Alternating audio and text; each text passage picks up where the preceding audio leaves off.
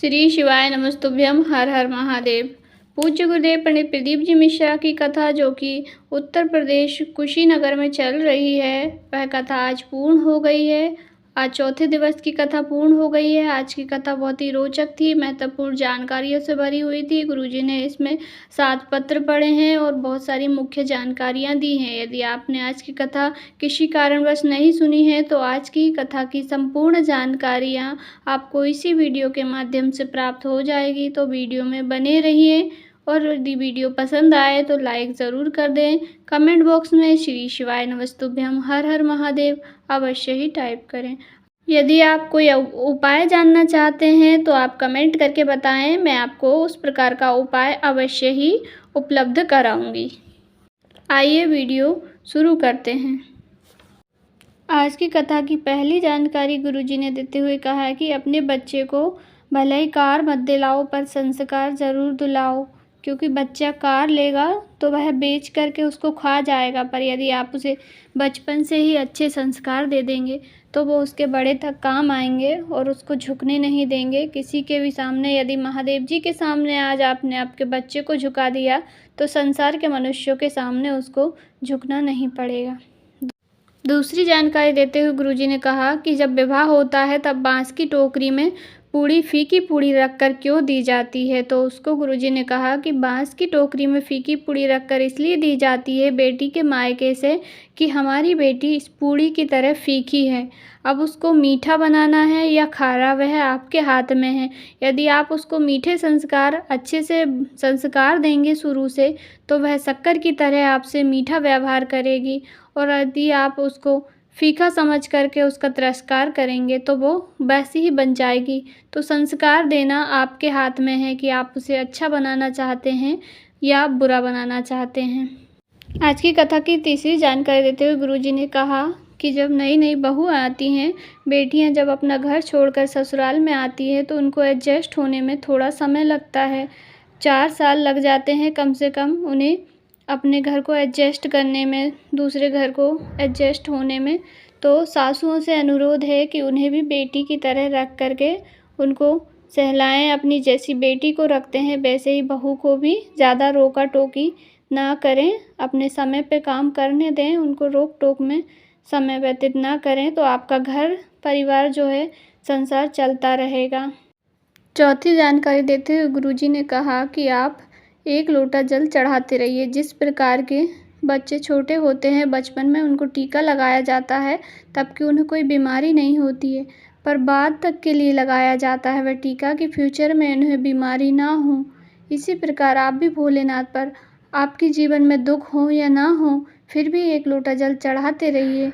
दुख आएगा तब चढ़ाएंगे तो उससे क्या है, अभी से आप चढ़ाना प्रारंभ कर दीजिए ताकि आपके जीवन में कोई दुख तकलीफ आए ही नहीं। फ्यूचर के लिए भी जल चढ़ाइए, बेलपत्री चढ़ाइए, भोलेनाथ आपका कल्याण ही करेंगे। कथा की 5वीं जानकारी में गुरुजी ने कहा कि आप मंदिर जाते हैं और रोज़ बेलपत्री लाते हैं, और यदि आप बेलपत्री नहीं खा पाते हैं, रोज़ आपसे खलाई नहीं जाती है या मुख में छाले हो जाते हैं, तो आप उन्हें रख के इकट्ठा करके उनका चूरा बना लीजिए और हफ्ते 2 हफ्ते 15 दिन में एक बार थोड़ा 1 चुटकी चूरा खा लीजिए करिए। और यदि आपको शुगर या बीपी की कोई समस्या है, शुगर का मरीज़ है, तो आप दिन में 3 बार भगवान भोलेनाथ की बेलपत्री को उठाकर कुंदकेश्वर महादेव जी के नाम से खाइए। फिर रिपोर्ट करवाने जाइए, जांच करवाइए, आपकी शुगर बीपी लेवल में ही आएगी। तुरंत गुरुजी ने कहा हम अभी यहीं कथा में ही हैं, 3 दिन और रहेंगे, आप चेक करवा करके रिपोर्ट हमें भी दिखाना। कथा की 6ठी जानकारी देते हुए गुरुजी ने कहा कि आप बाबा पे भरोसा करके यदि कोई भी उपाय करेंगे तो उसको सार्थक होना ही है। इसलिए आप कोई भी उपाय करें, बाबा को जल समर्पित करें, तो उसमें भी आप अपना भरोसा अवश्य ही बनाए रखें। आज की कथा में गुरुजी ने 7 पत्र पढ़े हैं, जिसमें से पहला पत्र सूरज गौर ने लिखा है। सूरज गौर, मैं लखीमपुर का रहने वाला हूँ। मेरा एक प्रश्न है आपसे, भगवान शिव मंदिर में ही क्यों रहते हैं, बाहर क्यों नहीं आते हैं? तो उन्होंने प्रश्न किया है। इसका जवाब देते हुए गुरुजी ने कहा कि हमारी सोच है भगवान मंदिर में रहते हैं, भगवान मंदिर में हैं इसलिए हम बाहर पाप कर लेते हैं, झूठ बोल लेते हैं, अपशब्द कह लेते हैं, क्योंकि हम ये जानते हैं कि भगवान मंदिर में हैं। जिस प्रकार से माता पिता अपने पास नहीं होते हैं, बच्चों के पास नहीं होते हैं, तो बच्चा गलती कर देता है, गाड़ी तेज़ चला लेता है, परंतु यदि माँ बाप साथ में होते हैं तो वह डर के रहता है। उसी प्रकार महादेव जी यदि बाहर आ गए तो आपको डर कर रहना पड़ेगा, और आप झूठ बोलेंगे तो आपको दंड निश्चित ही मिलेगा। इसलिए बाबा मंदिर में हैं, इस बात का हमें एहसास दिलाते हैं। परंतु बाबा तो सर्वस्व है, कंकर कंकर में शंकर जी हैं, जहाँ देखो वहीं पर प्रभु हैं। बस ये हमारी सोच है कि बाबा मंदिर में रहते हैं। दूसरा पत्र, मैं गीता देवी पति नागेश्वर तिवारी गोरखपुर की रहने वाली हूँ। एक लोटा जल का मैं क्या वर्णन करूँ। एक लोटा जल का वे महत्व बताना चाहती हैं।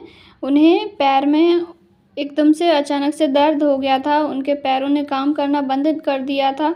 डॉक्टर उनके हिसाब से उन्हें ऑपरेशन करवाना था। डॉक्टर ने कहा ऑपरेशन करवाना पड़ेगा, पर कमर का ऑपरेशन कितना कठिन है गुरुजी। मेरी जेठानी ने मुझे बताया कि टीवी पर गुरुजी की कथा आती है, सीहोर वाले महाराज जी आस्था चैनल पर कथा कहते हैं, तुम कथा सुनो। तो हमने उनके कहने पर कथा सुनी, बाबा को एक लोटा जल चढ़ाया, एक बेलपत्री बाबा की चढ़ी हुई खाई, और उसका ये परिणाम हुआ कि जब वापस से दोबारा हॉस्पिटल में जाकर जांच करवाई तो उनके घुटने ठीक हो गए, उनके पैरों ने काम करना प्रारंभ कर दिया, और वह रुद्राक्ष महोत्सव में भी गई, रुद्राक्ष लेकर के आई, और रुद्राक्ष का जल बाबा को पिला चढ़ा करके उसका आचमन किया, जिससे आज वह पूर्णतः ठीक हो गई हैं, और उसी का आभार व्यक्त करने के लिए कथा पंडाल में आई हैं।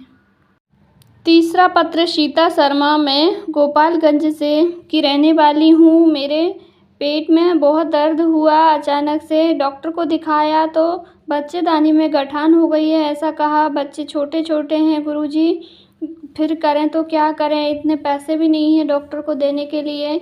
उनके पति का कैंसर हार्ट अटैक के कारण 5 साल पहले निधन हो गया है, छोटे छोटे बच्चे हैं। फिर उन्होंने बाबा को एक लोटा जल चढ़ाया, उनके किसी परिचित के कहने पर बाबा को एक लोटा जल चढ़ाया, बेलपत्री खाई, उसका परिणाम यह हुआ कि वह पूर्णतः ठीक हो गई हैं, उनके पेट में अब कोई गठान नहीं है, और इसी का आभार व्यक्त करने के लिए वह कथा पंडाल में आई हैं।